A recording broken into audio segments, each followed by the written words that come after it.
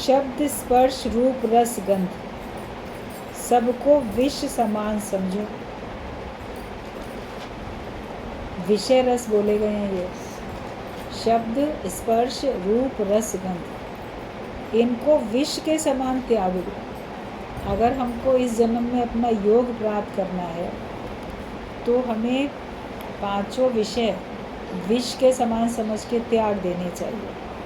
जैसे कोई कहे कि इसमें विष पड़ा हुआ है तो उसको आप ग्रहण थोड़ी करोगे, उसको तो तुरंत फेंक दोगे। अरे इस दूध में, इस चाय में, इस जूस में या इस भोजन में विष है, विषैला है ये, तो उसको तो कितनी जल्दी दूर फेंक देते हो, बल्कि इस तरह से फेंकते हो कि उसको कोई और भी ना खाने पाए। विष अगर पड़ा है तो आप अपने किसी गाय कुत्ते को, किसी और को भी नहीं खाने दोगे, उसको ऐसे नष्ट करोगे कि ये बिल्कुल जैसे हम इसको पानी में, मिट्टी में कहीं मिला दें, ढक दें, इसको ये विषैला भोजन कोई और भी ना खाए। तो विषय भी तो ऐसे ही है, ये भी तो विषय विष का रूप है। जैसे वो विष हमको मारने का काम करता है, ऐसे ये विषय रस भी हमको जन्म मरण के चक्कर में लाने का काम करते हैं, मारने का काम करते हैं। और जीवन भर पल पल मौत मिलती है। विषयों में अटकने से आपको पल पल की मौत मिलती रहती है, मृत्यु तुल्य कष्ट मिलते रहते हैं। तो हम शब्द स्पर्श रूप रस गंध इनको सबको विष के समान छोड़ दें। सबसे पहले शब्द रखा गया। कौन कैसा शब्द आपको बोलता है, वो आपने अंदर क्यों लिया, जिससे कि आपको तकलीफ़ हुई। ना प्रशंसा के शब्द अपने अंदर लेके जाओ, ना निंदा वाले शब्द। अशब्दी ब्रह्म पद में ज्ञानी रहता है। दूसरे उसको कैसा भी शब्द सुनाते हैं, वो उसको अपने अंदर में स्थान नहीं देता। सुना फिर अनसुना कर दिया। बहुत से बहुत विष को कंठ तक लेके गए, उसके बाद फिर उसको निकाल ही दिया, या उसको ऐसे गुम कर दिया, अंदर ही अंदर धारण कर दिया कंठ में कि आपका नुकसान नहीं है, और उगल के किसी और को बता के भी उसका क्यों मन खराब करें, क्यों नुकसान दें। तो ज्ञानी तो ऐसे रखता है। शब्द सबको सबसे ज़्यादा प्रभावित करते हैं, इसीलिए सबसे ऊपर शब्द बोला गया। खुद भी नहीं बोलो ऐसे शब्द जो कि आपको पता है कि मैं ऐसा बोलूँगा तो अगले का मन दुखी होगा, परेशान होगा। जानबूझ के टोक, ताना, कटाक्ष, ये सब मनुष्य बोलता है, जानबूझ के कहता है। उसको पता है मैं जो बोल रहा हूँ उसका क्या प्रभाव पड़ेगा, फिर भी बोलता है। तो विषयों में, रस में पड़ा हुआ है। तो जो इस प्रकार के विषय रस में अटका हुआ है, तो खुद भी तो वो मरण तुल्य कष्ट भोग रहा है, और वो जन्म मरण का कष्ट भोगता ही रहेगा। तो कहते हैं शब्द जो है उसको संभालना या उसको सहना सबसे बड़ी बात बोली गई। बोला कि चोट सुहेली सील की लागत लियो उसास, और चोट सहारे शब्द की तास गुरु न दास। ये बात बताई गई कि पत्थर की भी चोट अगर लगेगी तो उसको भी सह के कोई जीवित रह सकता है, सांस ले सकता है। लेकिन जो शब्द की चोट को कोई सह लेता है तो वो जैसे मेरा गुरु है और मैं उसका दास हूँ। ये बात बताई गई। मतलब शब्द को सहना बहुत बड़ी बात होती है। तो जब हम गुरु के ज्ञान के शब्दों को अपने अंदर में इतना स्थान दे देते हैं तो बाहर के शब्द हमारे ऊपर कोई असर करते ही नहीं। मालूम है ये सब मिथ्या है और इनका अर्थ हमने अपने आप से निकाला है। अष्टावक्र गीता में एक बड़ा अच्छा उदाहरण दिया जाता है दृष्टांत के तौर पे कि एक किसान था, वो अपने खेत में हल जोत रहा था। अब पहले बैल होते थे, बैलों से ही खेतों की जुताई की जाती थी। तो जो उसका बैल था तो वो एक ही अकेला एक बैल था, उसी एक बैल से वो अपने हल को जोत रहा था। बहुत सारे हल ऐसे होते हैं कि 2 बैलों से जुताई होती है, कोई एक से भी होती है। जो लोग भी जानते होंगे तो उनको पता होगा। तो वो अपने एक बैल से जुताई कर रहा था। बीच बीच में आदत होती है डांटने की, थोड़ा कोई अपने पास डंडा कुछ संटी कुछ है तो उसको थोड़ा चाबुक मारते हुए चलने की या डांटने की। तो उसको आदत थी, वो बैल को ना कुछ गाली देते हुए चल रहा था कि अरे तो ऐसा चल चल, नहीं चलेगा तो वो कह रहा तेरा खसम मर जाए, चल नहीं तो तेरा खसम मर जाए। तो इस तरह से बोल रहा था। वहाँ से एक महात्मा गुजरे, उन्होंने कहा तुम इस बैल को जो गाली दे रहे हो, तो ये बैल तो समझता नहीं है तुम्हारी भाषा कि तुम क्या बोल रहे हो, लेकिन तुम जो बोल रहे हो वो तुम भी नहीं समझ रहे हो। तुम इस बैल से कहते हो कि तेरा खसम मर जाए, तो इसका खसम तो तुम ही हो ना। खसम का मतलब मालिक होता है, कि इस बैल के मालिक तो तुम हो। तो तुम सोचते हो मैं बैल को गाली दे रहा हूँ, लेकिन हकीकत में तो तुम अपने आप को गाली दे रहे हो। इसके मालिक तो तुम ही हो, तो तुम समझते ही नहीं हो, ऐसे बोल रहे हो। तो इसका तो गाली जो है तुम्हारे ऊपर पड़ेगी आके। तो वो इतना मस्त था वो किसान, कहता है ठीक है, मैं नहीं समझता इसका अर्थ, बैल नहीं समझता तो उसके ऊपर असर नहीं होगा, और मैं भी नहीं समझता हूँ तो मेरे ऊपर भी क्यों असर होगा, मैं समझूंगा तो ही तो असर होगा। तो इसको जो समझेगा उसी के ऊपर असर होगा, ये कहता है इसका अर्थ जो समझता होगा उसी पे असर होगा। मैं भी नहीं अर्थ समझता तो मेरे ऊपर भी क्यों असर होगा। मतलब कि शब्द तो मुझसे बोल रहा है, उसके अर्थ में जा ही नहीं रहा है वो, तो उसके ऊपर असर ही नहीं हो रहा। तो वो महात्मा भी चुपचाप चले गए। बोले सही बात है, जो अर्थ को समझेगा उसी के ऊपर असर होगा, लेकिन जो उसको ऐसे ही हवा में उड़ा देगा तो उसके ऊपर असर क्यों होगा। तो सिद्धांत था कि संसार की बातें, उनमें अपनी बुद्धि लगा के उनको इतना समझने की कोशिश ही क्यों करते हो कि तुम्हारे पर असर हो, क्योंकि वो माया की बातें हैं, जगत की बातें हैं, उनको अपने दिल से लगाने की कोई आवश्यकता भी नहीं है। अपने को समझना है तो ब्रह्म ज्ञान समझना है तो एक भगवान को समझना है। बोलते हमने निज स्वरूप को जाना है, माया का पता क्या पाना है। जब हमने निज स्वरूप को जान लिया तो माया का पता पाने का क्या मतलब है। और फिर हम उसके अर्थ में भी जाएं क्यों, अर्थ भी हमने ही बनाए, जो भी शब्द हैं उनके अर्थ हमने बनाए। किसी और भाषा में कुछ और बोलते हैं, दूसरी भाषा में कुछ और बोलते हैं। एक ही वस्तु को, एक ही सब्ज़ी होती है, आप उसको यहाँ कुछ और बोलोगे, मध्य प्रदेश में जाओ कुछ और बोलोगे, महाराष्ट्र में चले जाओ तो कुछ और बोलेंगे, साउथ में जाओ तो उसका कुछ और नाम होगा। सब्ज़ी तो वही है, एक ही लौकी तोरी है मान लो, तो कहीं कुछ बोला जाएगा उसको, कहीं कुछ अपनी अपनी भाषा में अलग अलग बोलेंगे। तो जो भाषा जानता है वो समझेगा ये बहुत बात बोली गई, लेकिन अगर हम उसकी भाषा जानते ही नहीं है तो हम क्या समझेंगे। तो हम माया की बोली से अभी ऊपर उठते क्यों नहीं है। ज्ञानी की भाषा अज्ञानी नहीं जानता, ज्ञानी जो आत्मा का ज्ञान बोलता है, आत्मा की भाषा बोलता है, वो उसको नहीं जानता, समझता नहीं है। तो तुम माया की बातों को क्यों समझने की बुद्धि लगाते हो, उसने ऐसा कहा, ऐसा किया, ऐसे बोला।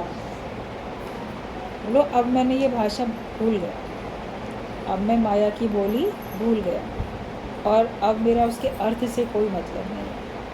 और अगर तुमको समझ में आता है कि हाँ मैं नहीं भूला, इसका अर्थ तो मुझे पता है, तो उसका अर्थ फिर अच्छे ढंग से ले लो। दृष्टांत आप लोगों ने कई बार सुना कि गालियाँ दी संत को, उसने उसका अर्थ अपने हिसाब से बना लिया, उसका अच्छा अर्थ निकाल लिया।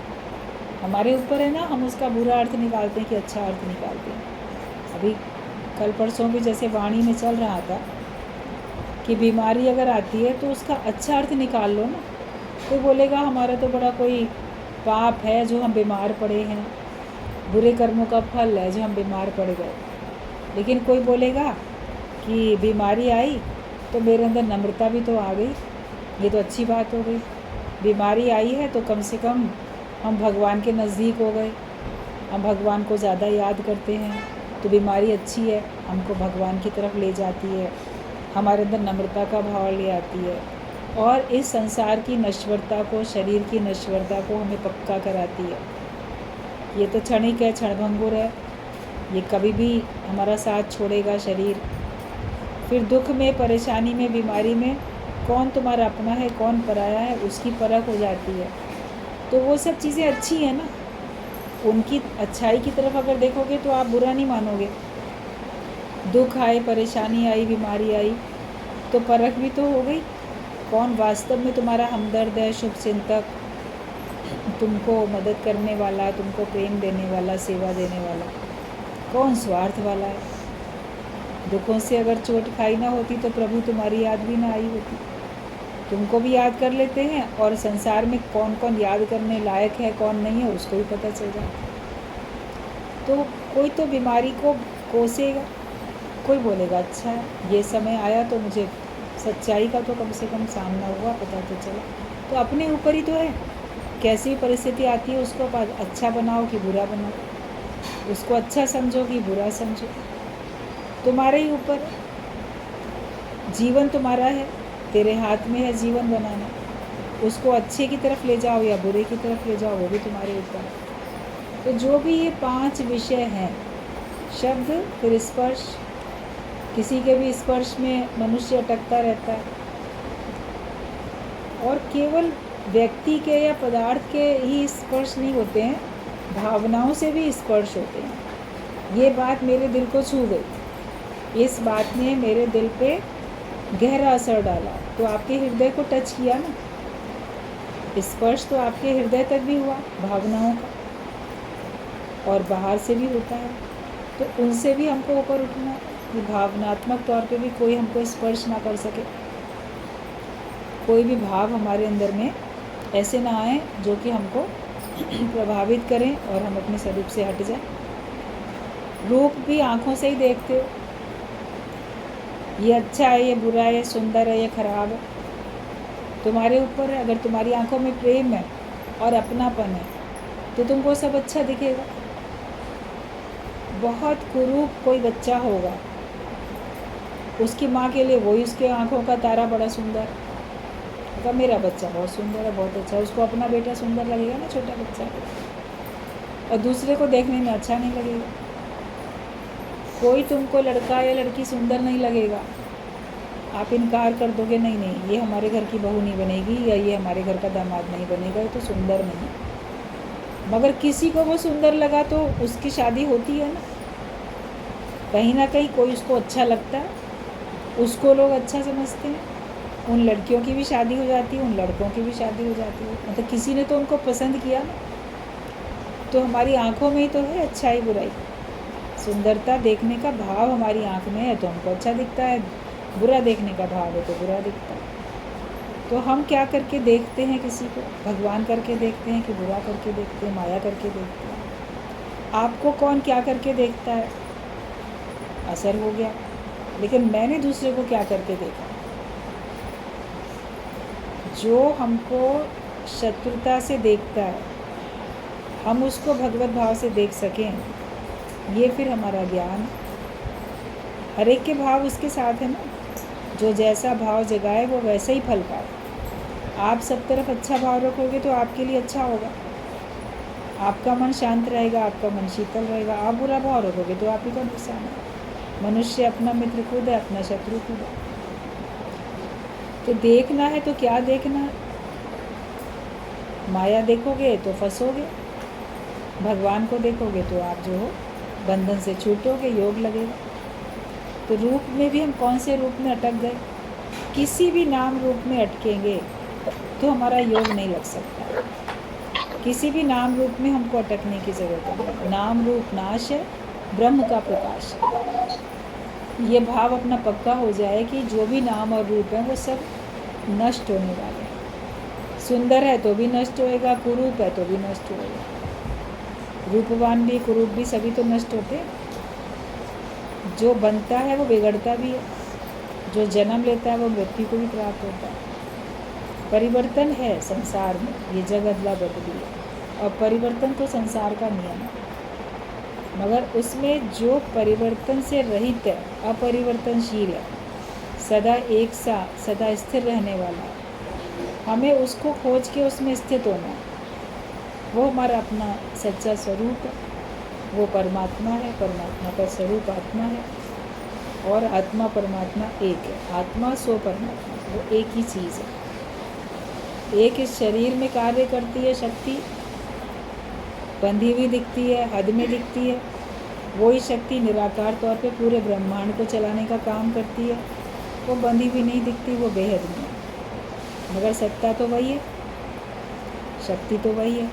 तो इस बात को जब हम समझ जाते हैं तो हम इन विषयों से ऊपर उठ जाते हैं। रस भी खाने पीने के बहुत पड़े हैं, बोलने के पड़े हैं, माया के सुख लेने के रस पड़े हैं, अनेक प्रकार के रस हैं। मुख्य तौर पे रस खाने के लिए आता है, लेकिन बाकी भी तो रस हमारे अंदर में मन के बहुत सारे होते हैं। आराम अपने को दिलाने का मन है, अरे आराम करें, लेटें, सोएं, कौन थके, कौन सेवा करे, कौन जाए।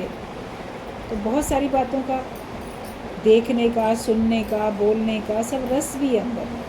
जैसे बड़े चाव से, बड़े शौक़ से हम किसी की बातें सुनते हैं या कोई दृश्य देखते हैं या कुछ हम मुँह से बोलते हैं, और बोलने का, खाने का सब रस ही रस है। किसी रस में भी नहीं अटको। जितना जो मिल गया आपने खाया, बहुत प्रेम से भगवान का प्रसाद समझ के। जितना बोल सके बोल लिया, नहीं बोल सके बोलने की आवश्यकता ही नहीं। जितना देखा देख लिया, बाकी और देखने का रस है ही नहीं। लोग तो टीवी सीरियल देखेंगे, लाइट चली जाएगी तो बेचैन हो जाएंगे। इतनी देर पता नहीं कौन सा सीन निकल गया, कौन सा डायलॉग निकल गया, आधा बीच में से छूट गया। मेरे को तो कोई इसकी स्टोरी बताए, कहाँ से देखूं, क्या करूं, लाइट क्यों चली गई इसी समय। ये सब अटकाव है। अगर हमारा अंदर में रस है देखने का तो हमें बेचैनी होती है। या कोई काम पड़ जाए, आपको आधे में से उठ के खुद ही जाना पड़ा, अरे क्यों आ गया ये इस समय, मेरे को आधे में से उठ के जाना पड़ा। इतना अच्छा चल रहा था, इतना बढ़िया देख रही थी, कुछ कह भी नहीं सकते लिहाज, और वो छूट गया। फिर अगले दिन आगे के सीरियल देखते हैं, थोड़ी स्टोरी आजकल बड़ा स्लो चलाते हैं, तो हफ्ता भर भी नहीं देखोगे तो भी आपको स्टोरी पता चल जाती है। इसीलिए शायद वो लोग इतना स्लो चलाते हैं कि इन लोग को, बेचारी महिलाओं को परेशानी ना हो, वरना उसी में अटक के मरेंगी, प्राण देंगी तो जाने क्या बनेंगी जाके। अंतकाल में सीरियल सोचेंगी तो जाने क्या बनेंगी। तो चलता रहता है ऐसे। लेकिन अटकाव है ना ये हम हर एक का, क्यों अटको। जितना सीन देख लिया उससे क्या सीखा उतना काफ़ी है।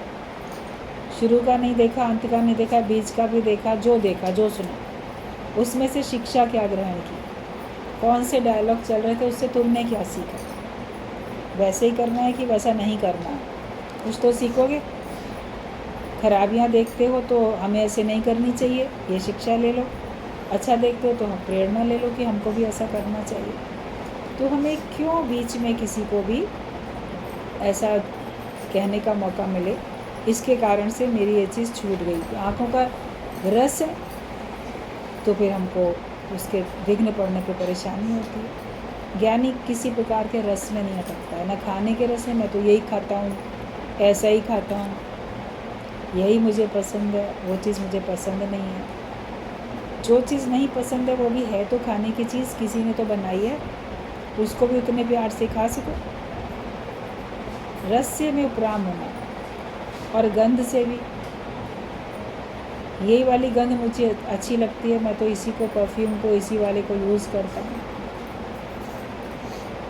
फलाने व्यक्ति की गंध मुझे बिल्कुल नहीं सुहाती। गंध आता है ना कहने में, अब उस व्यक्ति में से कोई बाहर से आपको तेज़ स्मेल आती हुई दिख नहीं रही है, मगर उसकी प्रेजेंस जो होती है, उसकी प्रेजेंस से जो वाइब्रेशंस आपके अंदर से आते हैं या दूसरे के अंदर से आते हैं, वो वाइब्रेशंस, वो भावनाएं ही गंध कहलाती हैं। वो भी किसी की अच्छी लगती है, किसी की नहीं अच्छी लगती है। वो व्यक्ति, मुझे उसकी गंध बिल्कुल नहीं सुहाती, मतलब कि मुझे वो व्यक्ति बिल्कुल पसंद नहीं है।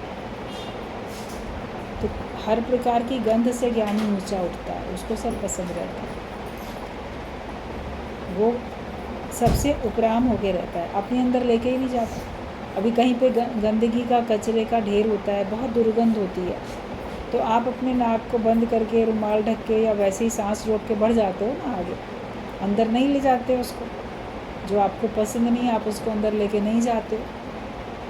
तो जो जगत में बातें पसंद नहीं है वो क्यों अंदर लेके जाते हो। जो भावनाएं हमको पसंद नहीं है वो भावनाएं खुद क्यों अंदर लेके जाते हो, बल्कि तुम्हारे अंदर से उपजती ही वो भावना, नहीं तो बाहर से अंदर ले लेते। फिर ये बहुत बुरा, ये बहुत बुरा, तो बुरे वाली भावना तुमने अंदर ली क्यों? गंदगी के ढेर से गुजरे थे, मालूम था कि वहाँ ढेर पड़ा है, वहाँ जाएंगे तो बदबू आएगी ही आएगी। या तो रास्ता बदल लो, या अपना थोड़ी देर सांस रोकने की कला सीख लो, अपनी नाक को बंद करके ढक के चलो, रुमाल से बंद करके चलो कि वो आपके अंदर ना आने पाए। तो किसी की भी कोई भी भावनाओं की दुर्गंध जो है अपने अंदर में हमको लेनी नहीं है। तो हर बात से हमको ऊपर उठना है। तो ये सब विष के समान है, क्योंकि वो भावनाओं की गंध आपके अंदर जाती है, वो भी मारने का काम करती है। किसी से बड़ा राग है, वो भी उसकी गंध अंदर जा रही है, तो वो आपको अटकाने का, आसक्ति का अटकाने का काम करके वो भी मारने का काम करती है। गंध केवल बाहर की सुगंध और दुर्गंध नहीं समझ लेना, वो तो मोटे तौर पे है ही, मगर किसी भी प्रकार की भावना आपके अंदर में स्थान बनाने ना पाए, ऐसा अपना जीवन बनाओ। और इनको सबको विष के समान समझ के छोड़ दो। सुगंध दुर्गंध है तो गंध ना, सब छोड़ दो, ना अच्छे से ना बुरे से। माया के किसी भी रूप रंग से मेरा मतलब नहीं है, मुझे है काम ईश्वर से। मैं आया हूँ केवल अपना उद्धार करने के लिए। अभी गुरु जी की वाणी में आप लोग सुन रहे थे, बस इतना समझो कि तुम दुनिया में केवल अपने को प्रसन्न रखने के लिए आए, और कोई काम तुम्हें नहीं करना है, अपने को प्रसन्न रखना है। वो प्रसन्नता तुम्हें ज्ञान के अलावा मिल नहीं सकेगी। पदार्थों में, व्यक्तियों में प्रसन्नता ढूंढोगे, थोड़ी देर प्रतीत होएगी, फिर नहीं भी होगी। लेकिन जो अपने स्वयं में ज्ञान से अपने में ले लेगा प्रसन्नता, वो सदा रहेगी। जो सुख आए फिर नहीं जाए, उसका तुम विचार करो, उसका विचार करते ही नहीं। उसका विचार करो कैसे मिलेगा, और वो मिल रहा है, ज्ञान से मिल रहा है, तो वैसे ही लेके चलो। और यही मेरा एक काम है कि मैं अपने को प्रसन्न रखने के लिए आया। किसी भी कीमत पे मेरे मन की प्रसन्नता, अंदर की सुख शांति आनंद बिगड़ना नहीं चाहिए, खराब नहीं होना चाहिए। वो पुरुषार्थ करो। संसार में तो तरह तरह के लोग मिलेंगे, और परिस्थितियाँ भी प्रारब्ध अनुसार अच्छी बुरी सब मिलेंगी। उसमें बैलेंस कैसे बना के रखना है, लाभ और हानि दोनों में, द्वंद्वी जोड़े में, दोनों में कैसे अपने मन को प्रसन्न रखना, वो ज्ञान से कला हम लोग को सीख लेनी चाहिए। तो हमें बाकी जो शब्द स्पर्श रूप रस गंध हैं, इनको विष के समान छोड़ देना, तभी हमारा योग आगे लगेगा, तभी हम ब्रह्म ज्ञानी हो सकेंगे।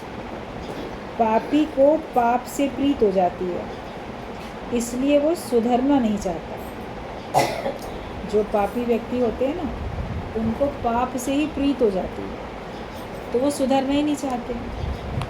अक्सर आपने देखा होगा, जो पापी लोग होंगे पाप छोड़ना ही चाहेंगे, अपराधी होंगे अपराध छोड़ना ही नहीं चाहेंगे, उनको कोई कितना भी समझाए, क्योंकि उनको वही अच्छा लगने लगता है। उनकी बुराइयों से, पाप से ही प्रीत हो जाती है, तो वो पाप में रहते। किसी को ऐसी भावनाएं अपने अंदर रख लेता है कि वो उनको छोड़ना ही नहीं चाहता। अज्ञानी अपने अज्ञान को छोड़ना नहीं चाहता, उसकी अज्ञानता से ही प्रीत हो जाती है, बुराइयों से प्रीत हो जाती है। कोई दुखी रहता है, वो अपने दुख को नहीं छोड़ना चाहता है, उसकी अपनी दुखों से ही प्रीत हो जाती है। उसको जब तो दुखी रहता है तो उसको बड़ा उसी में आराम मिलने लगता है। सुनने में अटपटा लगेगा आपको, लेकिन किसी किसी व्यक्ति को अपने दुखों से प्रेम हो जाता है, वो अपने दुखों को दूर नहीं करना चाहता। कोई कितना भी ज्ञान सुनाए, कितनी समझ की बात उसको बताए, मगर वो उसको छोड़ना ही नहीं चाहता, क्योंकि वो सोचता है अगर मैंने इन विचारों को छोड़ दिया तो फिर मैं आगे करूँगा क्या। उसको वही अच्छा लगने लगता है। दुखी व्यक्ति को दुखी रहना ही अच्छा लगता है। सैडिस्टिक होते हैं वो लोग, उनको उसी में आराम मिलता है, अपने कष्टों में ही आराम मिलता है, छोड़ना ही नहीं चाहते। तो फिर जो पापी पाप को छोड़ना नहीं चाहता, जो अपराधी अपराध को छोड़ना नहीं चाहता, अज्ञानी व्यक्ति अपने अज्ञान को नहीं छोड़ना चाहता, दुखी व्यक्ति अपने दुख को नहीं छोड़ना चाहता, तो उसको कौन कितनी मेहनत करके उपराम कर सकेगा। जब तक वो स्वयं नहीं चाहेगा। जो मुक्त होना नहीं चाहेगा उसको कोई मुक्त नहीं कर सकेगा। जो पीने से मुख मोड़े उसे कौन पिलाए। छोटा बच्चा होता है, उसको तो उसकी माँ, बड़े लोग ज़बरदस्ती भी उसको दवाई वगैरह पिला देते हैं, क्योंकि उसके लिए फ़ायदेमंद है। पीना नहीं चाहता है बच्चा, इधर मुँह करेगा, उधर मुँह करेगा, उल्टा मुँह से निकालने की कोशिश करेगा, मगर किन्हीं न किन्हीं युक्तियों से उसको दवाई पिलाई दी जाती है। बड़े होने के बाद ज़बरदस्ती तो आप नहीं कर सकते किसी को। ये कोई बाहर से तो पिलाने की चीज़ है नहीं कि एक थप्पड़ मार के गाल पे आपके मुंह में डाल दिया, मुंह खोल के ज़बरदस्ती आपके मुंह में डाल दिया। ज्ञान तो आपको खुद अपने अंदर लेना है। कानों के ज़रिए सुनने से आपके अंदर जाएगा और आपका मन चाहेगा तो उसको ग्रहण करेगा, नहीं मन चाहेगा तो एक कान से सुन के दूसरे कान से निकाल दोगे, उससे भी आप उल्टा अर्थ निकाल लोगे। जब तक आप खुद नहीं चाहोगे ज्ञानवान बनना, जब तक खुद नहीं चाहोगे मुक्त होना, तब तक आप मुक्त हो नहीं सकते हो। तो जो पापी होते हैं उनको अपने पाप से प्रीत हो जाती है, इसलिए वो सुधरना नहीं चाहते हैं। सत्संग में आके भी कई लोग ज्ञानी बन जाते हैं, हो जाते हैं, कोई ज्ञानी नहीं होना चाहते। संसार में कितने लोग ऐसे हैं वो सुधरना ही नहीं चाहते हैं, तो उनको कोई नहीं सुधार सकता। जब तक तुम्हारा खुद का मन नहीं चाहेगा तब तक तुम अज्ञानता से या पाप से, अपराधों से, दुखों से आप छूट नहीं सकोगे। तो सुधरना चाहोगे तो सुधरोगे। जो अपने को मोड़ सकता है वही आत्माकार है। मन को अगर मोड़ सकते हो, एक होता है रिजिड व्यक्ति होता है, अड़ जाता है किसी बात, वो अपने मन को मोड़ ही नहीं पाता। तो अकड़ तो मुर्दे की पहचान होती, अगर झुकता वही जिसमें जान होती, अकड़ तो मुर्दे की पहचान होती है। अगर हम अकड़ते रहते हैं, हर समय अकड़ के चलते हैं, तो जैसे हम जीवित होते हुए भी मुर्दे के समान हैं, क्योंकि हम अकड़े हुए हैं, अकड़ गए, और हम मन को मोड़ नहीं सकते। मुर्दे के हाथ पैर अकड़ जाते हैं, आप उसको मोड़ नहीं सकते, इतना स्टिफ हो जाता है।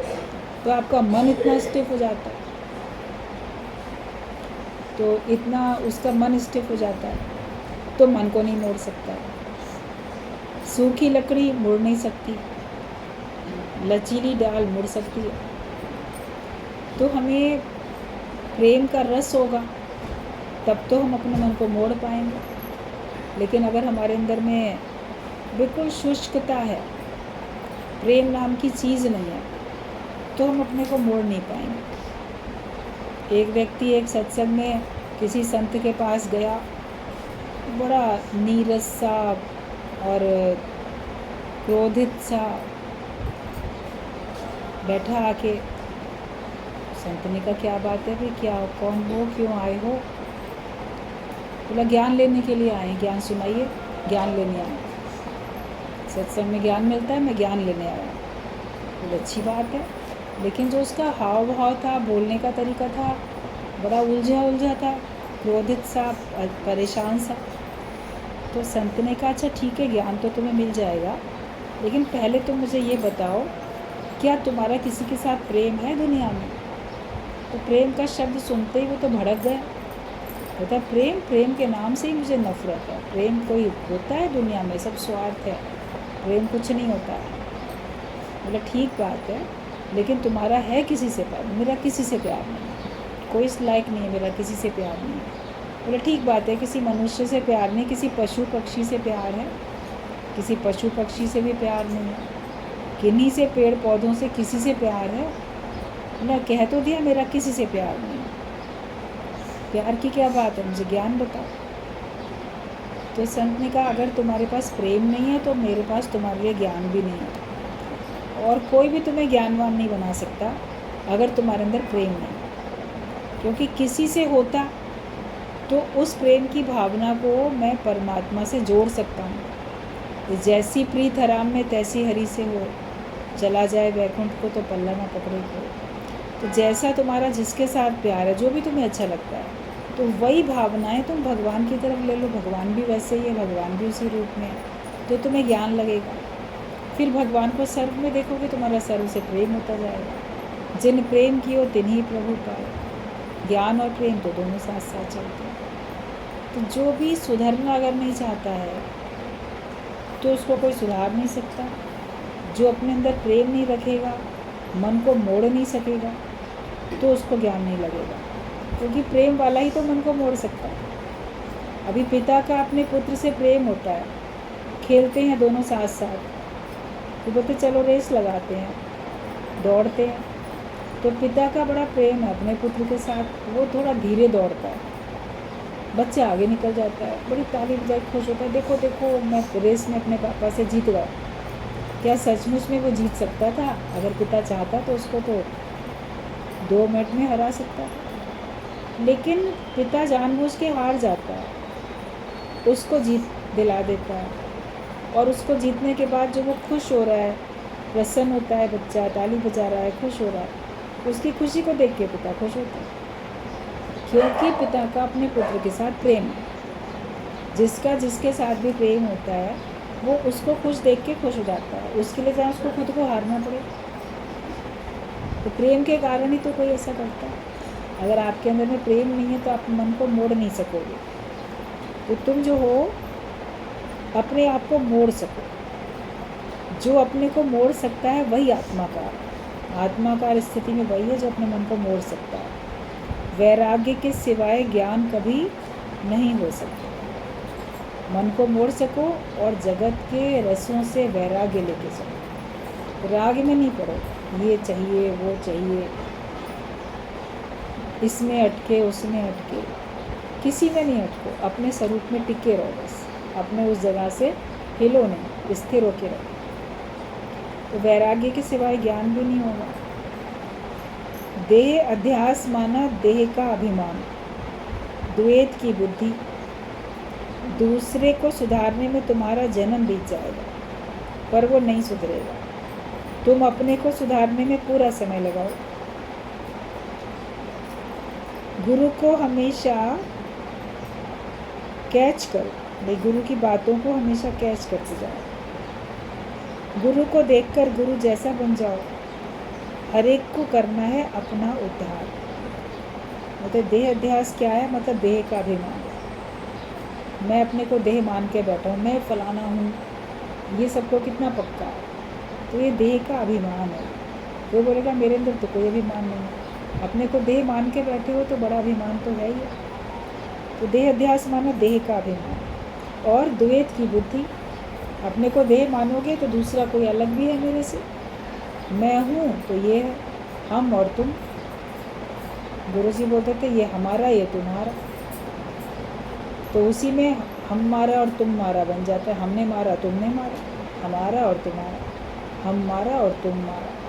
अरे जल्दी जल्दी बोलो तो यही हो जाएगा, हमारा तुम्हारा, हमारा तुम्हारा, हम मारा तुम्हारा हो जाएगा। मारा मारी लड़ाई झगड़ा होने लग जाएगा, मेरे और तेरे में।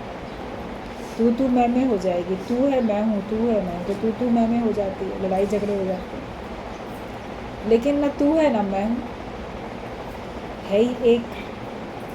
जो तू है सो मैं हूँ, जो मैं हूँ सो तू है। तो फिर कोई लड़ाई नहीं, कोई झगड़ा नहीं।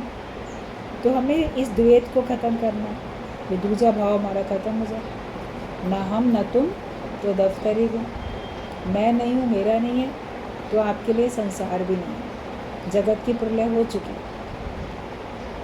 केवल कौन बचा? भगवान बचा। तुम बचे, भगवान बचा। फिर तुम उसमें समा गए, प्रेम में मुक्त हो गए।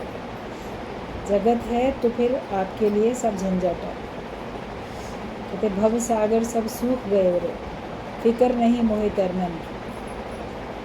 सागर है तो उसमें कैसे तरेंगे? तैरना आना चाहिए, या कोई जहाज़ मिले, कोई पानी का जहाज़ मिले, कोई नाव मिले तो हम तैरेंगे, उससे पार लगेंगे। लेकिन अगर वो नदी या वो समुद्र सूख गया तो उसके बाद बोलोगे मेरे को तो तैरना ही नहीं आता। अब तैरने की आवश्यकता ही नहीं है क्योंकि पानी वहाँ है ही नहीं। तब ये नहीं बोलोगे कोई जहाज़ नहीं मिलता, कोई नाव नहीं मिलती, उसकी आवश्यकता ही नहीं है। न किसी पुल की ज़रूरत है, न नदी नाव जहाज़, किसी की भी ज़रूरत नहीं है ही नहीं, पानी नहीं है, सूख गया। तो गुरु की ज्ञान से, उसकी कृपा से ये जगत पूरा गुम हो गया, बचा ही नहीं।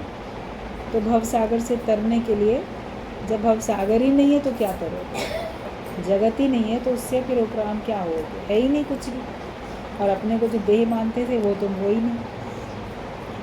तो द्वैत की बुद्धि अगर है, हम और तुम, तू और मैं है, तो ये देह अध्यास है, अहंकार है, और इससे तुम्हारे लिए पूरा जगत है। ये अपने को गुम करो और द्वैत की बुद्धि खत्म करो, दूसरा है ही नहीं। अज्ञानी लोग थोड़ी अपनी बुद्धि खत्म करेंगे, जो ज्ञानवान होगा वही तो अपनी बुद्धि को ताक के रख देगा, मन बुद्धि सब अर्पण कर देगा। जब किसी देवी के मंदिर में जाते हो अक्सर ही, तो वहाँ पे नारियल चढ़ाए जाते हैं। और भी कई और मंदिर होते हैं जहाँ पे आप देखो नारियल लेके नारियल चढ़ाया जाता है, नारियल को आप तोड़ते हो। तो जो ये नारियल है ये हमारे शीश का प्रतीक है, वो हम उसको तोड़ देते हैं। जैसे खोपड़ी को हमने तोड़ दिया, मतलब इस शीश में जो अहंकार भरा हुआ है उसको हमने तोड़ दिया, अर्पण कर दिया। ऐसा शीश तो आप नहीं सर में ऐसे पटक के तोड़ सकते हो। तो नारियल को तोड़ने का प्रतीक है कि हमने अपने भगवान तुम्हारे आगे अपना अहंकार मैंने भेंट कर दिया। तो ज्ञान से अपने अहंकार को भेंट करो, उसको दूर करो, उसको तो तोड़ के बैठो। वो अगर हमारा है बचा हुआ तो फिर आपकी भक्ति तो पूरी हुई नहीं। अभी मिटाना ही अपने आप को पूर्ण समर्पण कर देना होता है। तो द्वैत की बुद्धि खत्म करो, दूसरा भाव जो था वो मेरा खत्म हो जाएगा। दूसरे को सुधारने में तुम्हारा जन्म बीत जाएगा पर वो नहीं सुधरेगा।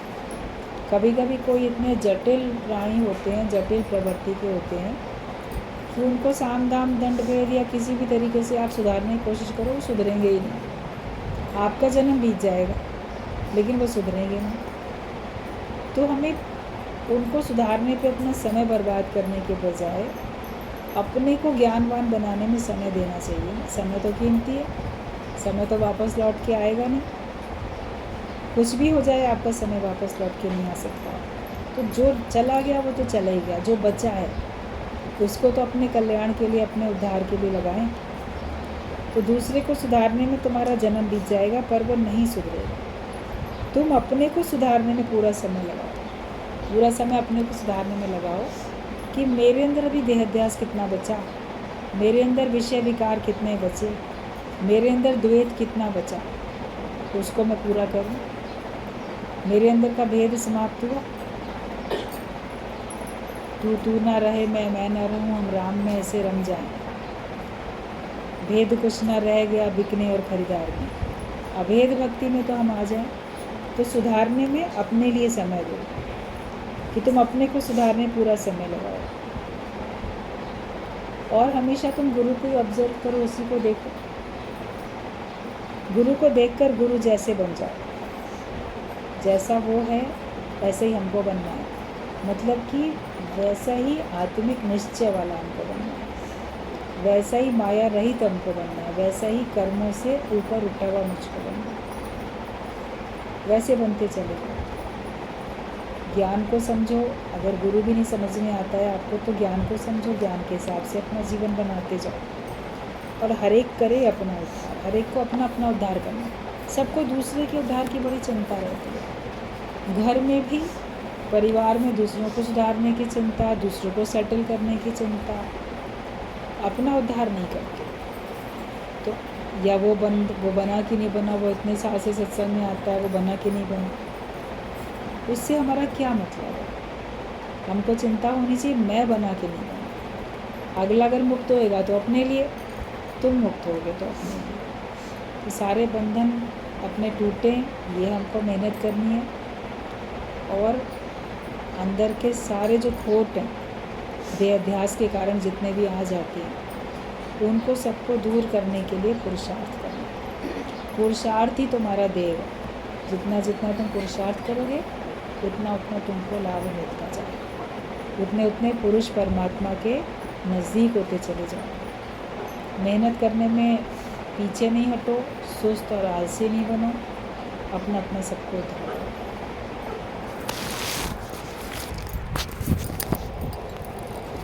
क्या लिया वो उसकी थोड़ी